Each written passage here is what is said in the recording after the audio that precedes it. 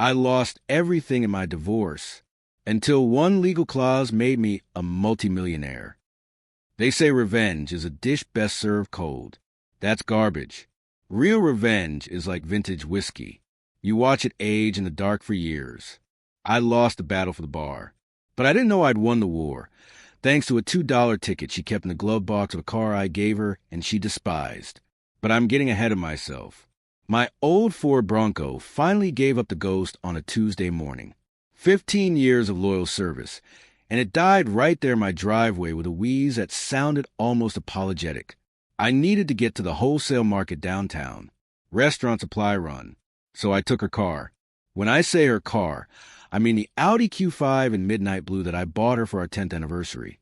Spent 3 months of profits on that thing.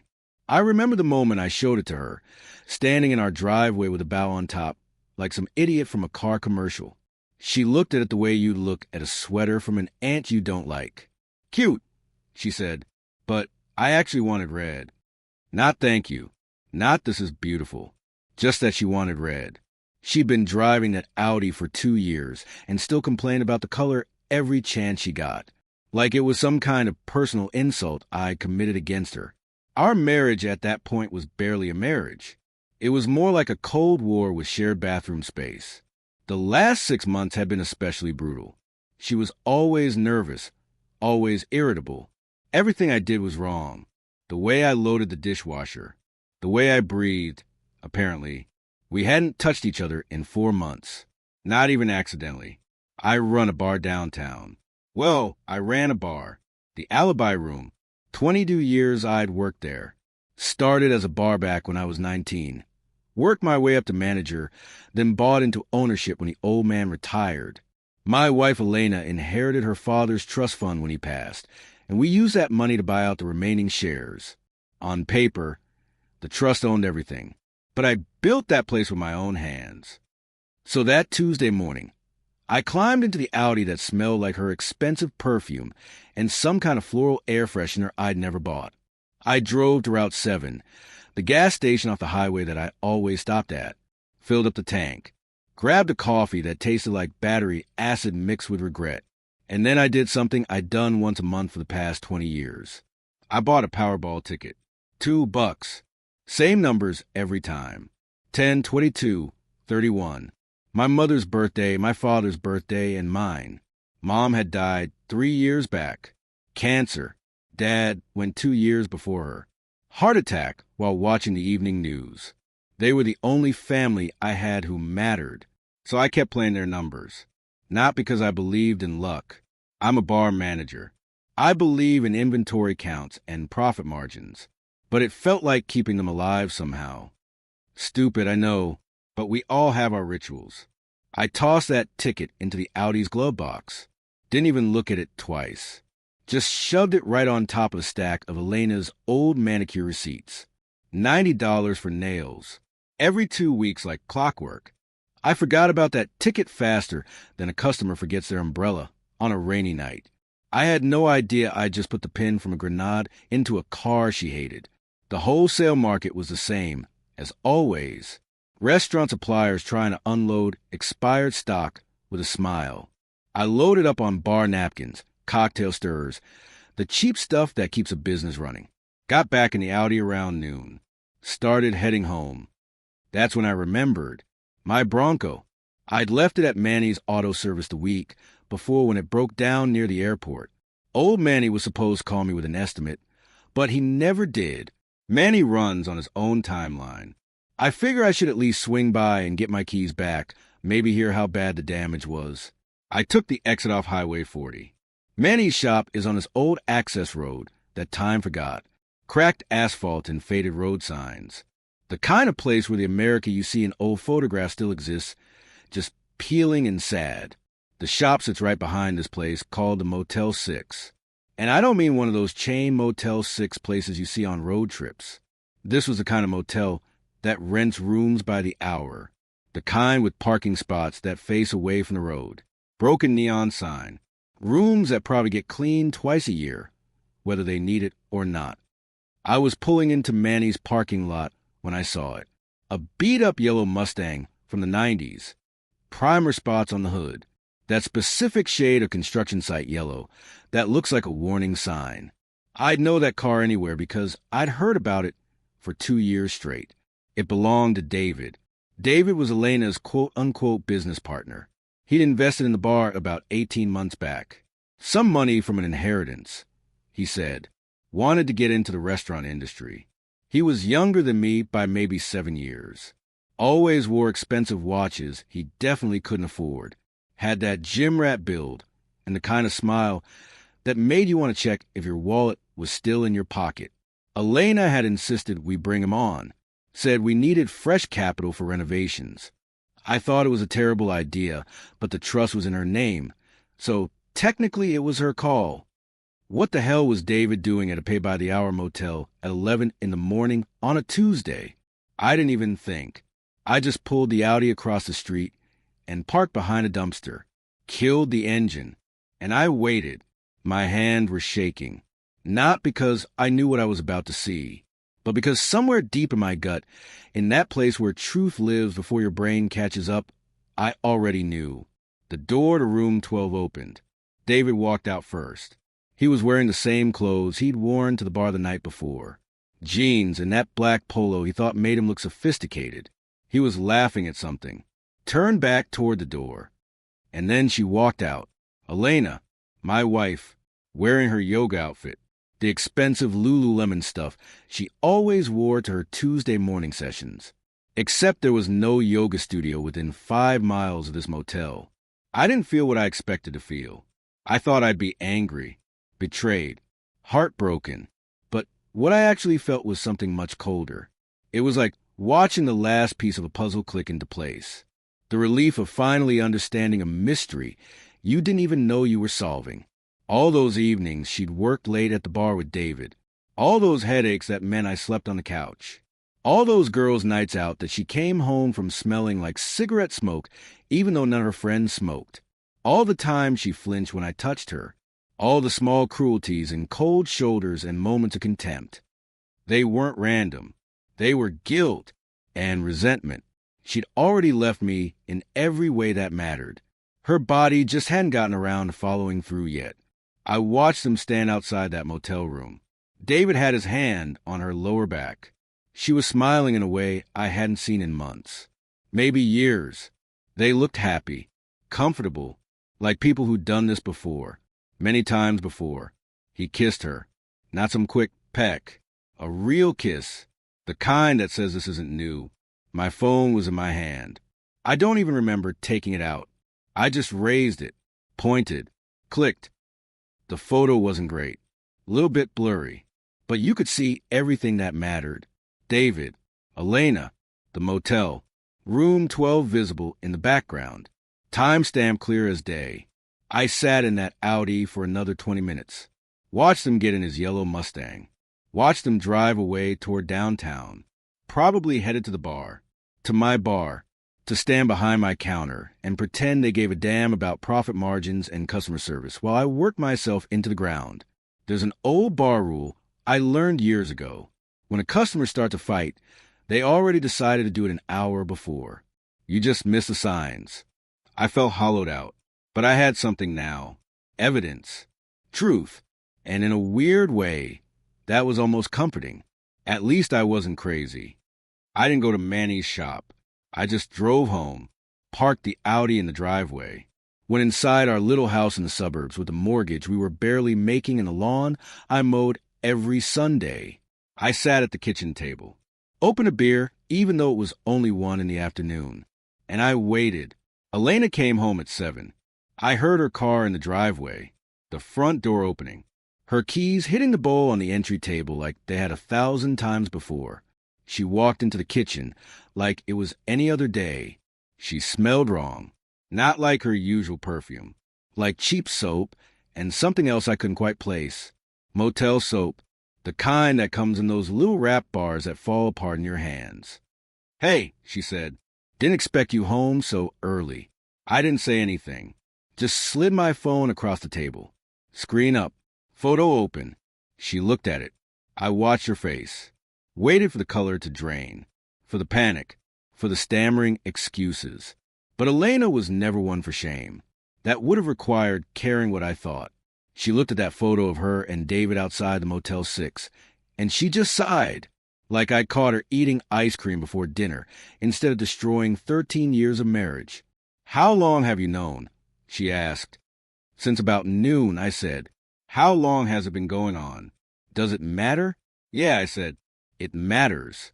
She leaned against the counter, crossed her arms, and right there in our kitchen, with the wedding photos still hanging on the wall behind her, she just shrugged. 8 months, she said. Maybe 9. I don't know. I stopped keeping track. 8 months. While I was working double shifts to keep the bar afloat. While I was visiting my mother in hospice care during her final weeks. While I was planning our anniversary dinner that she canceled last minute because she said she had food poisoning. "Why?" I asked. "Just tell me why." She laughed. Actually laughed. This short, bitter sound.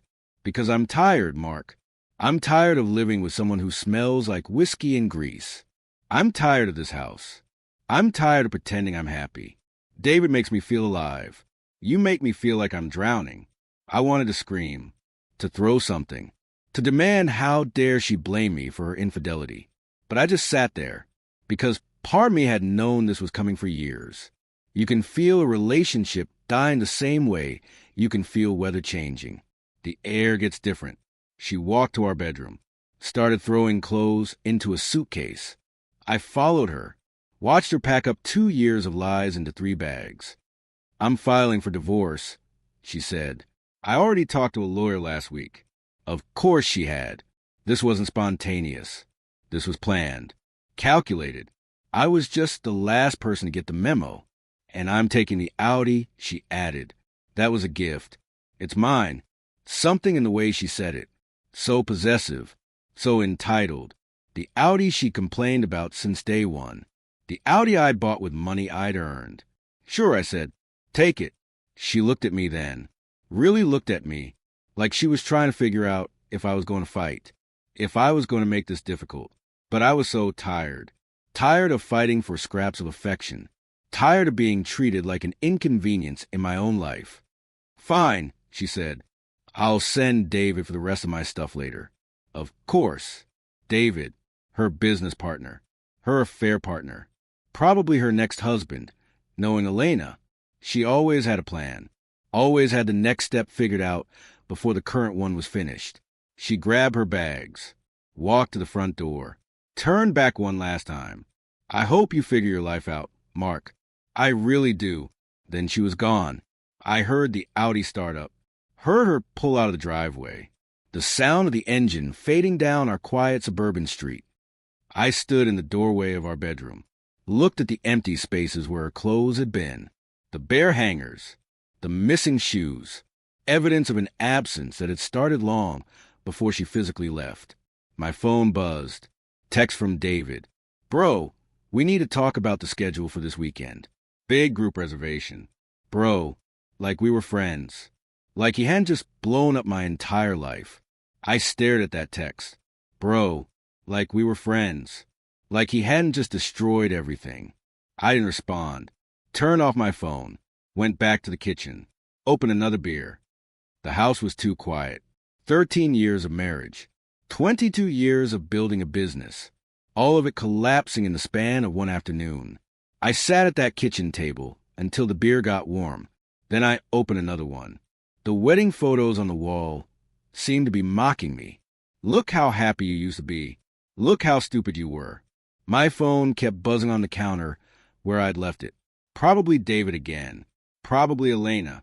Probably my entire life falling apart in real time while I sat there like an idiot drinking cheap beer in the dark. I thought about my parents. Mom with her crossword puzzles every Sunday morning. Dad with his terrible jokes that made Mom laugh anyway. They'd been married 43 years when he died. She followed him 2 years later. The doctor said cancer, but I knew better. She died because half of her was already gone. I used to think that kind of love was weakness. Needing someone so much that losing them destroys you. Now I understood it was the only thing that mattered. And I'd never had it. Not really. Elena had been planning her exit strategy while I was planning anniversary dinners. My life was broken. My marriage was over. The woman I'd loved for 13 years had just driven away in a car I'd bought her, heading toward a future that didn't include me. I finished the beer, thought about opening another one, thought about a lot of things, but mostly I just sat there in the dark, trying to figure out what the hell I was supposed to do with the rest of my life. I didn't have an answer. All I had was an empty house, a failing business I was about to lose, and the crushing certainty that I'd just lived through the worst day of my life. The lawyer called 11 days after Elena left. I was at the bar. Well, my former bar. I didn't know it was my former bar yet, but I was about to find out. I was doing inventory in the back room, counting bottles of whiskey, and trying not to think about how Elena and David were probably laughing about me somewhere. The phone rang. Unknown number. I almost didn't answer. Wish I hadn't. The voice on the other end was smooth. Too smooth. Like oil on water. This is Richard Castellano, calling on behalf of Elena Morrison. We're filing dissolution paperwork next week. My client requests you retain separate counsel. You'll be served within 48 hours. That's how it started. Not with a conversation. Not with an attempt at fairness. With a legal ambush delivered in the tone of someone ordering lunch. You know what divorce is in America? It's when two people who used to finish each other's sentences pay two other people in expensive suits $500 an hour to help them divide up a toaster. Except in my case, the toaster was a business I'd built with my own hands, and they wanted to take it all. I hired a lawyer, guy named Tom Chun. Good man, honest, the kind of lawyer who actually returns your calls. But he was a small-time family attorney who handled custody disputes and property splits for middle-class couples in the suburbs. He drove a Honda Civic with a bumper sticker that said my kid is an honor student. Elena hired Richard Castellano. The Richard Castellano. The guy whose face was on billboards downtown. The guy who'd taken down 3 city councilmen in corruption cases and walked away with 7-figure settlements. He drove something German that cost more than my house. We met in his office 4 weeks after Elena left, day 40-something of my new terrible life. His office had floor-to-ceiling windows overlooking the city. You could see the whole downtown skyline. The bar was visible from up there. Just a small brick building nestled between a pawn shop and a dry cleaner. It looked tiny from that height. Insignificant. That was the point, I realized. He wanted me to see how small I was. Tom and I sat on one side of a conference table that probably cost more than my car. Elena sat on the other side. David sat next to her. Not across the room. Not in the waiting area. Right next to her. Like he had a right to be there. She wouldn't look at me. Just stared at her phone, scrolling through something. Probably texting someone about how annoying this whole process was. How I was making everything difficult by existing. Castellano slid a folder across the table. It landed in front of Tom with a soft thud. The factor's simple, Castellano said. He had one of those voices that made everything sound like a closing argument. The alibi room is owned by the Morrison Family Trust. Always has been. My client generously allowed your client to work there in a managerial capacity.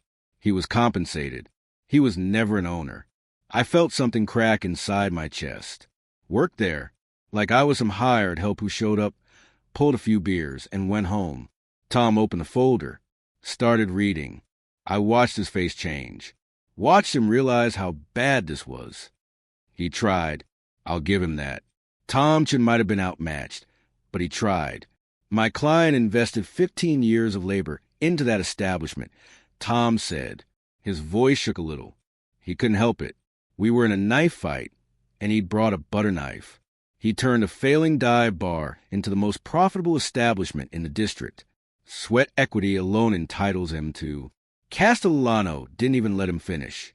Just held up one hand like he was stopping traffic. Sweat equity.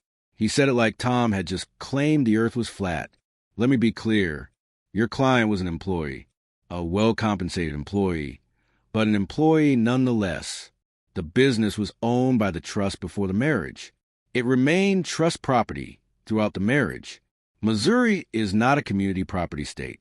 Separate property remains separate. I watched David smile. Not a big smile. just a little twitch at the corner of his mouth. He was enjoying this. Tom tried to rally, started talking about added value, about profit increases under my management, about how I'd personally guaranteed loans to keep the place afloat during the downturn back in '08, about how I'd worked 80-hour weeks for years. Castellano waited for him to finish, patient, like a cat watching a mouse run out of places to hide. Then he slid a piece of paper across the table. A bank statement. Your client has $1,200 in his checking account, Castellano said. His voice was casual, conversational, like he was commenting on the weather. We have $500,000 reserved just for legal fees. We can litigate this for 5 years. We can bury him in discovery requests, depositions, motions. And when we're done, we'll sue him for frivolous litigation and take the house too. The room went quiet.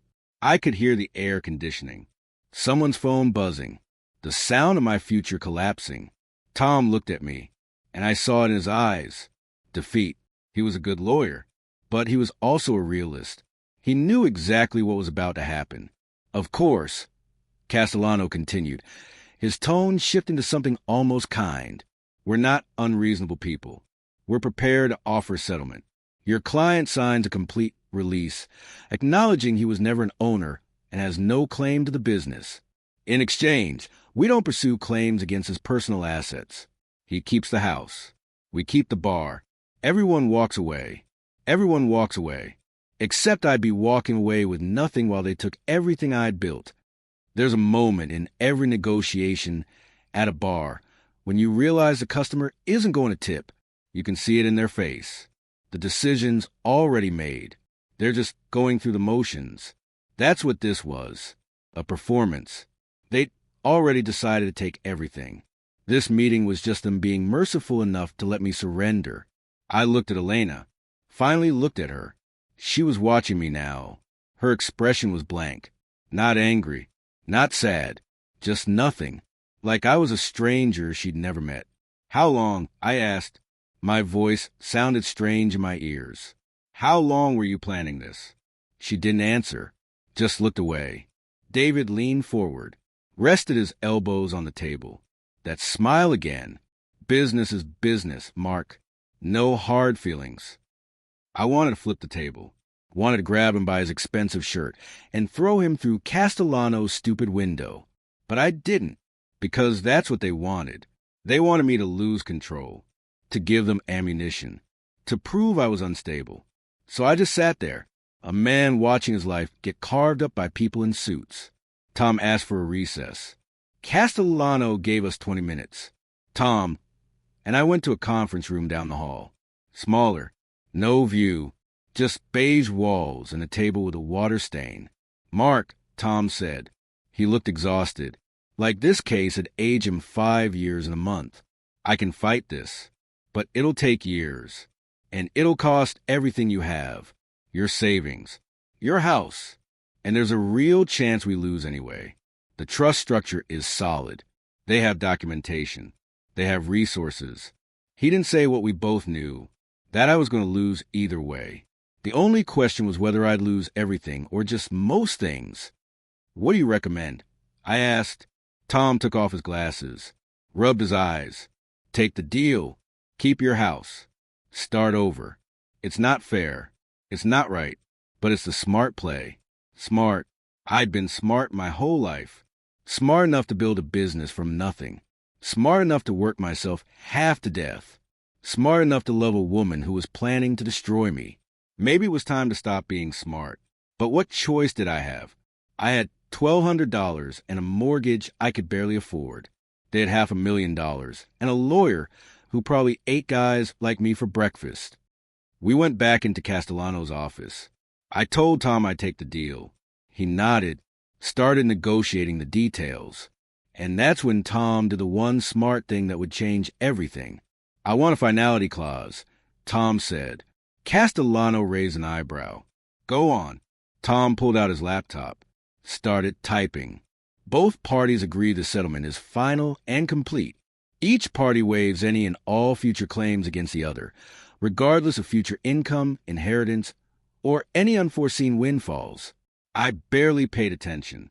I was thinking about the bar, about all those nights staying late to fix the broken ice machine, about the regulars who'd become friends, about the life I was losing. Castellano read Tom's proposed language, shrugged. Fine. My client has no issue with that. Why would she? Elena was getting the bar, the profitable business with the prime location and the loyal customer base. What future windfall could I possibly have? I was a broke bartender about to be unemployed. They drew up the paperwork, pages and pages of legal language that basically said I was nobody, that I contributed nothing, that I deserved nothing. There was a line in there about how I'd been a hired manager and nothing more. Reading that felt like swallowing glass. But buried in the middle of page 7 was Tom's clause. Section 11A, final settlement and waiver of future claims.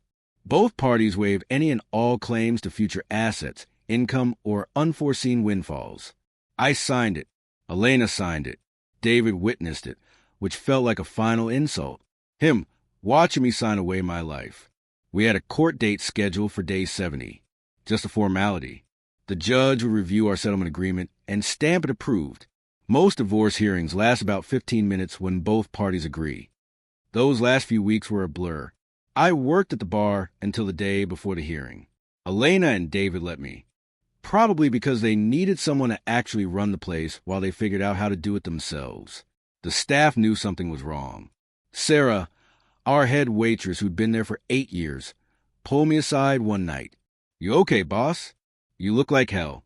"I'm fine," I lied. "Just some personal stuff." She didn't believe me, but she didn't push. People in the service industry learn when to give someone space. My last shift was a Saturday night. Packed house. I worked the bar like always. Made drinks. Told jokes. Pretended my world wasn't ending. At closing time, I did a final inventory. Cleaned the taps. Wiped down the bar top until it shined. I stood there in the empty bar at 2 in the morning. Looked at the place I'd spent half my life building. The Edison bulbs I'd installed. The reclaimed wood bar top I'd sanded and sealed myself. The vintage beer signs I collected over years. None of it was mine. Legally, it never had been. Day 70. The courthouse was downtown. One of those old buildings with marble floors and too many columns. Made everyone look small. Made everything feel official and unchangeable. I wore my only suit, the one I'd gotten married in. It didn't fit quite right anymore. I'd lost weight over the past 2 months. Stress will do that. Tom met me outside the courtroom. He had his briefcase and a folder of documents. He looked tired. This case had taken a lot out of him. "It'll be quick," he said. Judge reviews the agreement. Asks if anyone objects. Stamps approved. You'll be legally divorced by lunch. Elena arrived with Castellano. She wore a black dress. Looked professional. Composed. Like she was going to a business meeting. Not the end of a marriage. David was with her. Of course he was. He wore a suit that probably cost more than my car. We sat on opposite sides of the courtroom. Didn't look at each other. Didn't speak. The judge was a woman in her 60s named Patricia Hartwell. She had reading glasses on a chain and the expression of someone who'd seen every type of human misery and stopped being surprised by any of it. She reviewed our settlement agreement, flipped through the pages. Her expression didn't change. This settlement agreement states that Mr. Morrison was an employee manager of the alibi room and holds no ownership stake. Is this your understanding, Mr. Morrison? Yes, Your Honor. The words tasted like ash. And you agree to waive all claims to the business in exchange for retaining sole ownership of the marital home at 2847 Oak Street? Yes, Your Honor. She looked at Elena. And you agree to these terms, Mrs. Morrison? I do, Your Honor. Judge Hartwell flipped to page 7, section 11A. She read it, paused. This clause is unusual. Both parties waive claims to future windfalls? Tom stood up. Yes, Your Honor. It provides finality. Ensures neither party can come back later with additional claims. The judge looked at Castellano. Any objection? Castellano stood. His movements were smooth. Practiced. None whatsoever, Your Honor. My client agrees completely. Why would he object? They'd won. The bar was theirs. This clause was just housekeeping, just closing a door that would never open anyway. Judge Hartwell signed the agreement, stamped it with her seal. The sound of that stamp was like a door slamming shut. This court approves the settlement agreement. The marriage between Mark Morrison and Elena Morrison is hereby dissolved. Both parties are bound by the terms of this agreement. She hit her gavel once. Sharp. Final. It was over. I walked out of that courtroom a divorced man. No wife. No business. Just a house I could barely afford and a future that looked like a blank wall. In the hallway, Elena and David walked past me. She looked straight ahead. Didn't even glance my way. David was on his phone, already talking about something else. I'd been erased from their lives as cleanly as a name wiped from a chalkboard. Tom patted me on the shoulder. "I'm sorry, Mark. I know this isn't what you wanted." "It's fine," I said. I wasn't fine. But what else was I supposed to say? I drove home in the Bronco. Old Manny had finally fixed it. Cost me $800 of my $1,200. I had $400 in the bank, a mortgage payment due in 2 weeks, and no job. I sat in my driveway for 20 minutes before I could make myself go inside. The house was quiet. Too quiet. I'd been living alone for 2 months, but it still felt wrong. Like I was trespassing my own life. I went to the kitchen, opened a beer, sat at the table where Elena and I used to eat breakfast together, where I confronted her with that photo, where 13 years of marriage had ended in one conversation. On the table in front of me was the settlement agreement, all 43 pages of it. I'd been carrying it around in my bag since the hearing. I opened it, started reading through it one more time, looking for something, anything I'd missed. Page after page of legal language that basically said I was nobody, that I'd built nothing, that I deserved nothing. And then, buried in the middle of page 7, I found it again. Section 11A, final settlement and waiver of future claims. Both parties agree the settlement is final and complete. Each party hereby waives and releases any and all claims, present or future, against the other party, including but not limited to claims related to future income, inheritance, lottery winnings, or any other unforeseen financial windfalls of any nature whatsoever. I read it 3 times. Tom had insisted on that language. Castellano had agreed to it without even blinking. Why would he care? Elena had the bar, the profitable business, the future. What possible windfall could I have? I was a 41-year-old divorced bartender with $400 in the bank. I closed the document, took a long drink of beer. There's this thing that happens when you lose everything. People talk about rock bottom like it's a place you can identify, like there's a sign that says welcome to the worst day of your life. But it's not like that.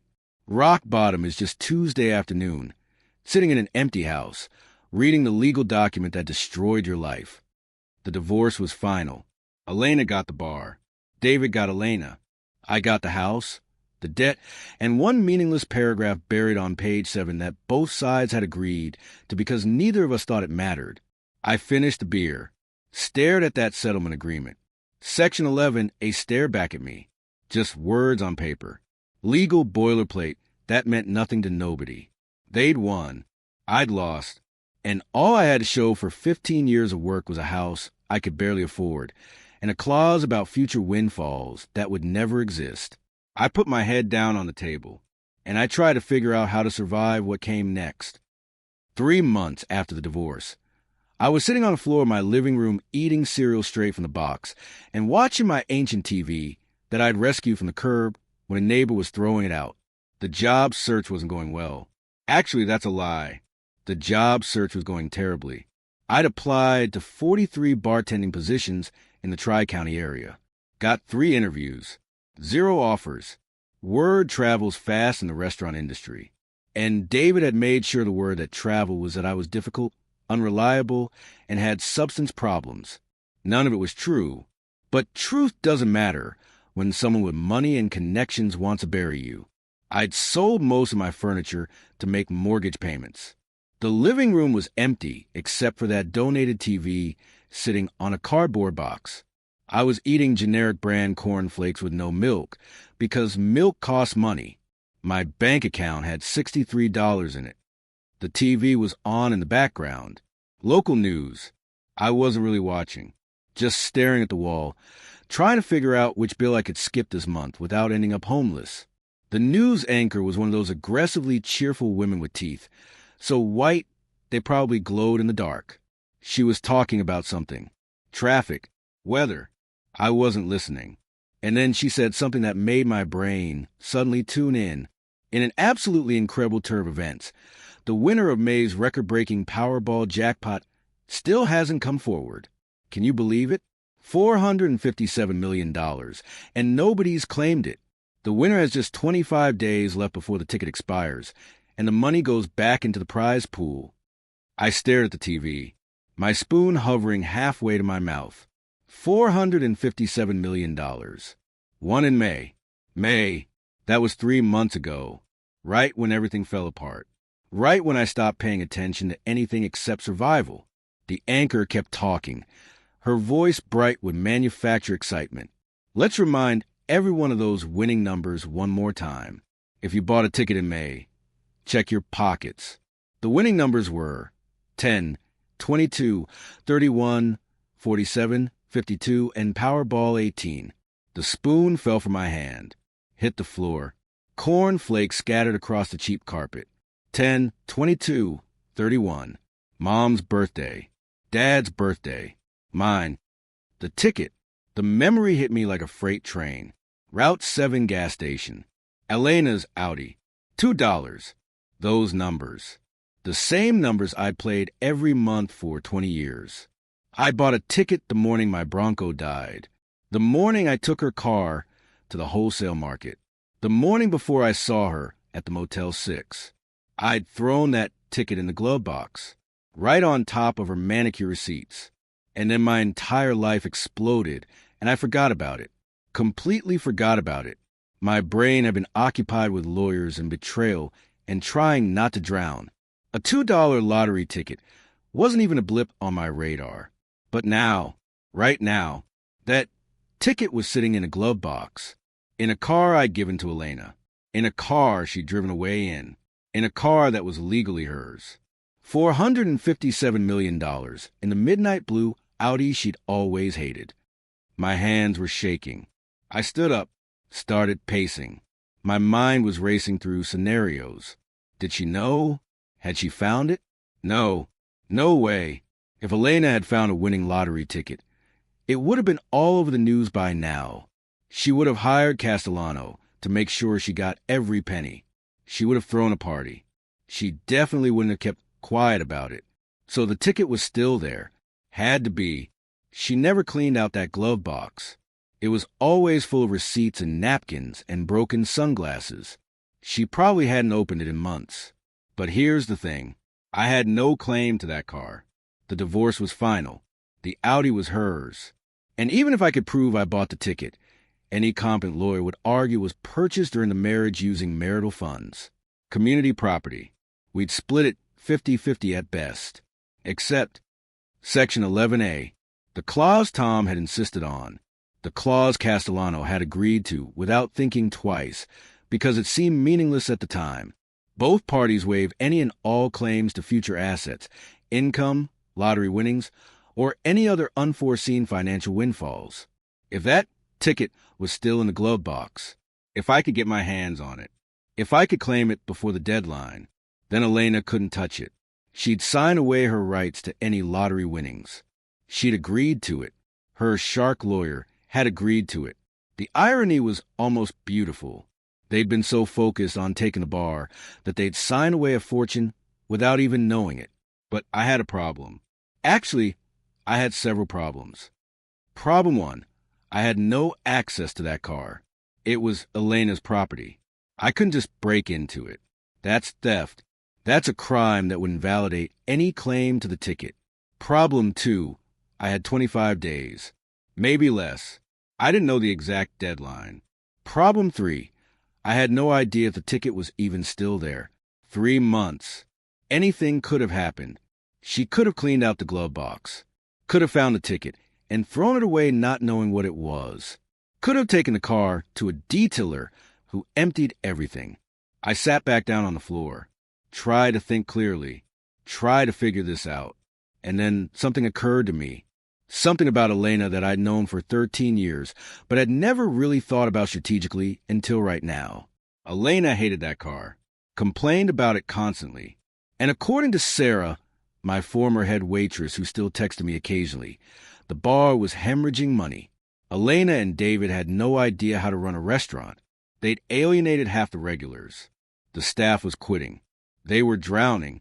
I grabbed my laptop, the old Dell I'd bought in college that took 5 minutes to boot up, opened a browser, went to AutoTrader, typed in Audi Q5 Midnight Blue, local area, hit search, and there it was.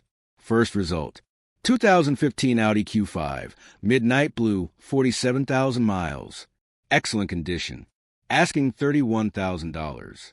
Must sell quickly. The listing had been posted 2 days ago. The phone number was Elena's cell. I stared at that listing for a solid 5 minutes, my brain working through the angles, the possibilities, the risks. She was selling the car with the ticket, the car she'd always hated. She needed money because the bar was failing, and she had no idea she was about to sell a vehicle containing a $457 million lottery ticket. I had 25 days, and I just found my way into the fortress. I didn't need to break in. I didn't need to steal. I needed something much simpler. I needed her to invite me in. I needed her to hand me that ticket herself, willingly, with witnesses. And I knew exactly how to make her do it, because I knew Elena. I knew what made her tick. I knew her weaknesses, greed, and the opportunity to humiliate me one last time. I spent the next 2 hours setting up a trap. First, I created a new email address, robertwilsoninvestments@gmail.com. Then I got a burner phone from the convenience store. Paid cash. $29 I couldn't really afford, but this was an investment. I sent Elena a text from the burner number. Hello, I saw your Audi Q5 listing on AutoTrader. Very interested. I'm an investment consultant relocating to the area, and I'm looking for exactly this model. I'm currently traveling for work, but I'm prepared to pay $5,000 over your asking price of the vehicle is in excellent condition as described. Cash sale, quick closing. Would this work for you? I added the specific details. The $5,000 over asking, the cash, the quick closing. Everything designed to trigger Elena's greed, to make her move fast without thinking too hard. 3 minutes later, my burner phone buzzed. Yes, very interested. When can you inspect it? I smiled. Hook set. I typed back. Excellent. I have a local assistant who can do the inspection for me. Full disclosure, he's going through a difficult time personally. Recent divorce, lost his job at a bar, a bit of a mess. But he's very thorough and knows German cars well. I pay him for these inspections. His name is Mark. You don't happen to know him, do you? I held my breath. This was the crucial moment. Would she take the bait? The response came 30 seconds later. No, don't know him. That's fine. When can he come? And there it was. Permission. She didn't recognize my name. Or maybe she did, and the prospect of seeing me broke and desperate was too delicious to pass up. Either way, she'd agreed. I texted back as Robert Wilson and set up an inspection for the next day, 2 p.m., at my address. That night, I barely slept. I kept running through the plan, looking for holes, looking for ways it could go wrong. What if the ticket wasn't there? What if she'd already found it? What if she got suspicious and called the whole thing off? But I couldn't think of another way. This was it. My one shot. I had to take it. The next day, I dressed in my oldest clothes. A ratty t-shirt I used for yard work. Jeans with a hole in the knee. I hadn't shaved in 3 days. I looked exactly like what Robert Wilson had described. A guy going through a difficult time. A mess. At 1:55 p.m., the midnight blue Audi pulled up in front of my house. Elena got out first. She was wearing designer sunglasses and an outfit that probably cost more than my monthly mortgage. She looked good, happy, like destroying my life had agreed with her. Then David climbed out of the passenger seat.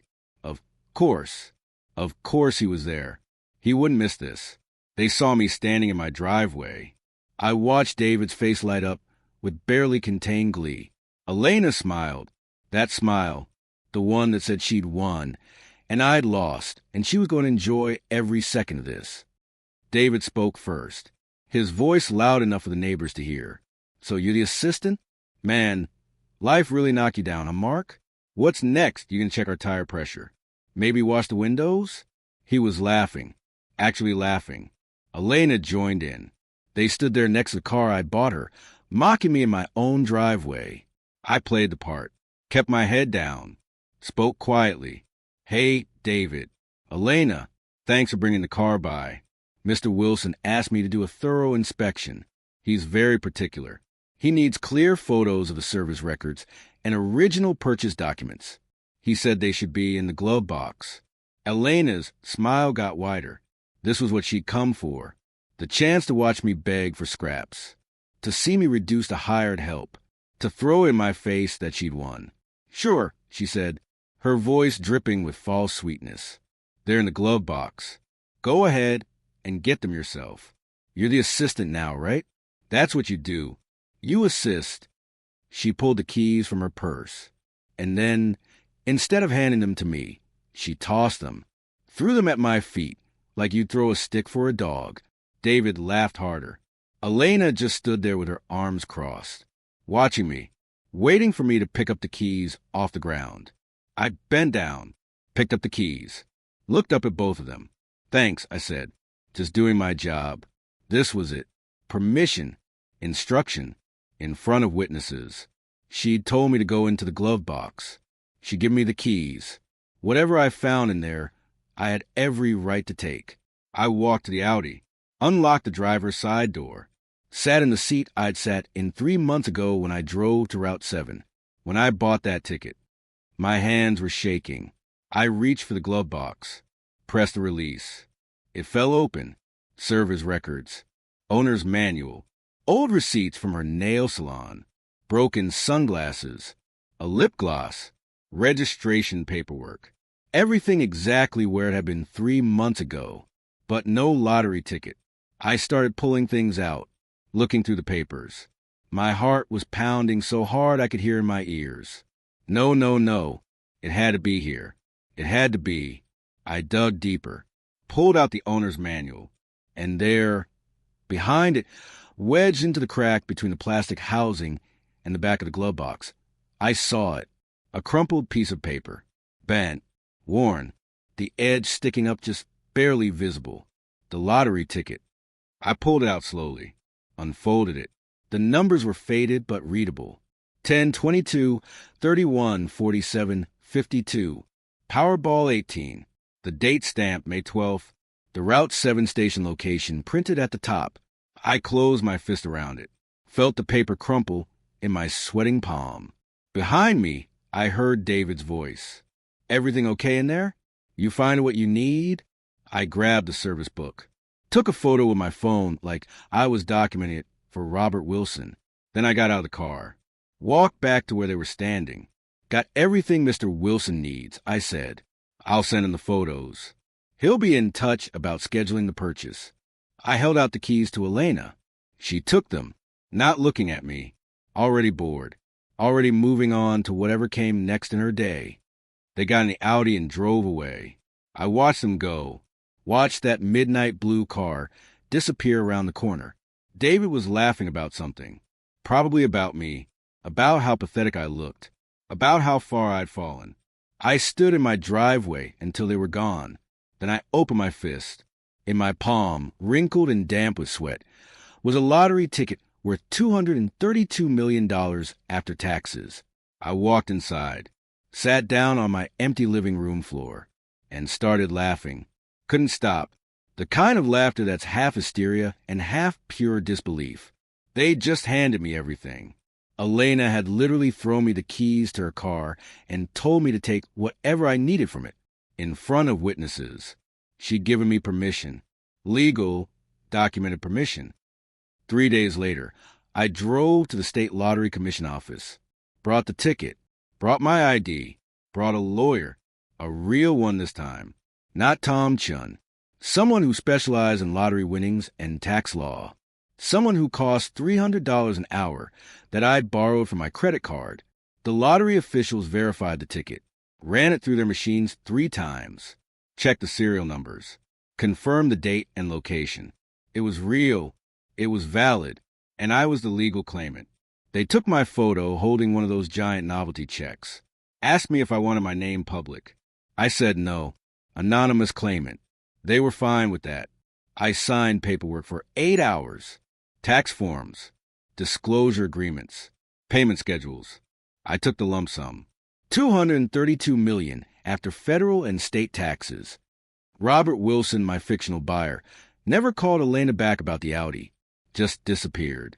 She probably forgot about the whole thing within a week. Just another annoying time waster who'd wasted her precious time. The Lottery Commission made the announcement 4 days later. Record Powerball jackpot claimed with just days to spare. Anonymous winner.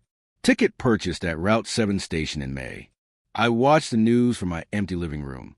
Watched them interview the gas station owner, who got a bonus for selling the winning ticket. Watched them speculate about who the winner might be. I didn't tell anyone. Didn't post on social media. Didn't change anything about my life. Not yet, because I knew what was coming next. It took Elena's lawyers 6 days to figure it out. The process server showed up at my door on a Tuesday morning, handed me a lawsuit, Morrison versus Morrison, petition for post-dissolution asset distribution. I read through it while standing in my doorway. It was impressive, really. Castellano had worked fast. The lawsuit claimed that the lottery ticket was purchased during our marriage using marital funds. There was therefore marital property subject to equal division, that my failure to disclose it during divorce proceedings constituted fraud, that I owed Elena half. They were demanding $116 million, plus attorney's fees and damages. I called my new lawyer. Her name was Patricia Chong. She'd handled 3 major lottery disputes and won all of them. She read the lawsuit over the phone. While I waited, when she finished, she laughed. "They're going to lose," she said. "Badly. Do you still have that divorce decree?" "I do," I said. "Section 11A. Perfect. We'll see them in court." The hearing was scheduled for 6 weeks later. Same courthouse where my divorce had been finalized. Different courtroom, different judge, but same marble floors. Same feeling of your entire life being decided by strangers in robes. Elena and David sat on one side with Castellano and 2 associates. They brought a whole team. They looked confident, like they'd already won. I sat on the other side with Patricia, just the 2 of us. We didn't need a team. The judge was a man in his 50s named Harold Chun, no relation to Tom. He looked tired, like he'd been settling disputes all morning and wished he was anywhere else. Castellano stood up, launched into his argument. He was good. I'll give him that. He talked about marital property laws, about how lottery tickets purchased during marriage are joint assets, about how the ticket was bought with funds from a joint bank account, about how I deliberately concealed this asset during divorce proceedings. He made me sound like a criminal, like I had planned this whole thing, like I was a con artist who'd stolen from his own wife. Patricia let him talk. She didn't interrupt, didn't object, just sat there taking notes. When Castellano finished, Judge Chin looked at her. "Ms. Chong, your response?" Patricia stood up. She moved slowly, deliberately, like someone who had all the time in the world because the outcome was already decided. "Your Honor," she said. Her voice was calm, conversational. "We don't dispute when the ticket was purchased. We don't dispute that it was bought during the marriage. We don't even dispute that it was purchased with marital funds. None of that matters." She walked to the front of the courtroom, placed a document on the judge's bench. What matters is a divorce decree from July 12th. Page 7. Section 11A. Final settlement and waiver of future claims. Judge Chin picked up the document, started reading. Patricia continued. Both parties signed an agreement waiving all claims to future assets, income, inheritance, and specifically lottery winnings or unforeseen financial windfalls. My opponent, she nodded at Castellano, was so focused on securing the alibi room for his client that he agreed to this language without consideration of the consequences. Castellano jumped up. Your Honor, that clause was intended to prevent claims on future income, not assets acquired during the marriage. Patricia didn't miss a beat. The clause specifically mentions lottery winnings. Your Honor, there's no ambiguity. Both parties acknowledged the possibility of lottery winnings and explicitly waived any claims to them. This was a negotiated agreement. Both sides had counsel. Both sides signed voluntarily. But the ticket was purchased before the agreement was signed, Castellano said. His voice was getting louder, more desperate. It's marital property. The ticket was purchased before the agreement. Patricia agreed, but the winnings occurred after. The ticket had no value until the numbers were drawn. The drawing happened after the divorce was filed. The claim was made after the divorce was final. Under the plain language of Section 11A, Mrs. Morrison waived her right to any portion of these winnings. Judge Shin was still reading, flipping through pages, checking dates. The courtroom was silent. Finally, Judge Shin looked up. Mr. Castellano, he said, did you draft the settlement agreement? I reviewed and approved it, Your Honor. Did you read Section 11A before agreeing to it? Castellano hesitated, just for a second, but that second said everything. I did, Your Honor, but there's no but, Mr. Castellano. Your client signed a binding agreement waiving claims to lottery winnings. The language is clear. The intent is clear. This court will not rewrite contracts because one party regrets the terms they agreed to. Judge Shin looked at Elena. She was staring at the table, her face pale. David was whispering something to her, probably trying to figure out how this had gone so wrong. The petition is denied, Judge Shin said. The lottery winnings belong solely to Mr. Morrison pursuant to the terms of the divorce decree. Mrs. Morrison waived her rights to such windfalls. He hit his gavel. One sharp crack. Case dismissed. I walked out of that courtroom with $232 million and no obligation to share a single penny with the woman who tried to destroy me. In the hallway, Castellano was already on his phone, probably telling another client he'd just lost a $100 million case. Elena stood against the wall. She wasn't crying, just staring at nothing, processing. David was next to her, but they weren't touching, weren't talking. I walked past them without saying a word. Didn't gloat, didn't smile. Just walked past like they were strangers. Patricia caught up with me at the elevator. She was smiling. That might be the most expensive legal mistake I've ever seen, she said. Castellano's going to be dealing with malpractice claims for years. 6 months later, I heard through Sarah that the alibi room had filed for bankruptcy. Turns out running a bar takes actual skill. Takes knowing your customers, takes understanding inventory and staffing and 1,000 small details that make the difference between profit and loss. Elena and David had none of that. They'd driven away the regulars, alienated the staff, made bad business decisions. Within 4 months, the place was bleeding money. Within 6, it was underwater. The building went up for auction. I found out about it through a legal notice in the paper. Foreclosure sale. Minimum bid $30,000. I showed up to the auction. I didn't plan to, but that morning I woke up and decided I wanted to see it. Wanted to see the place I'd built. The place that had been stolen from me. The auction was held in a conference room at a downtown law office. About 15 people showed up. Property investors mostly. People looking for cheap real estate to flip. Elena and David were there too, sitting in the back. They looked rough. Elena had lost weight. David's expensive watch was gone. They looked like people who'd had everything and lost it all. The auctioneer started the bidding at $30,000. A few people raised their hands. The price climbed slowly. $40,000, $50,000, $60,000. I waited, watched, let them bid it up. At $75,000, there were only 3 bidders left. A developer who wanted to tear it down and build apartments. A restaurant group looking to rebrand, and a quiet guy in the front row who might have been a property speculator. The auctioneer called for $80,000. The developer raised his hand. $85,000. The restaurant group. $90,000. The speculator.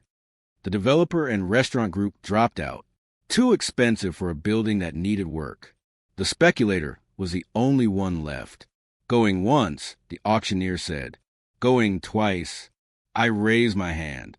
$100,000. The room went quiet. People turned to look at me. The speculator shook his head. He was out. The auctioneer looked around. Any other bids? Silence. Sold. To bidder 17 for $100,000. I walked to the front. Signed the paperwork. Wrote a check. The building was mine. The alibi room. The place I'd spent 15 years of my life building. The place Elena had stolen. Now belonged to me again. I looked back at Elena and David. They were watching me. Elena's face was unreadable. David looked angry, like he wanted to say something, but couldn't figure out what. I didn't say anything to them. Just took my paperwork and left. A week later, I hired a demolition crew. They tore down the alibi room in 3 days. Reduced it to rubble. Every brick, every board, every memory. On that lot, I'm building an animal shelter. A big one with my mother's name on it. The Morrison Family Animal Sanctuary. Elena's going to drive past it every day and see a building full of rescue animals named after the woman whose birthday numbers won me a fortune. I heard through mutual friends that Elena and David split up 4 months after the bankruptcy. Turns out their relationship was built on money and the thrill of destroying someone together. When those things disappeared, there wasn't anything left. Elena tried to reach out last month. Long text message full of apologies and regret. I deleted it without reading. In my new office, above my desk, I keep that lottery ticket framed. The crumpled $2 slip with my parents' numbers on it. $232 million. People say the best revenge is living well. I don't agree.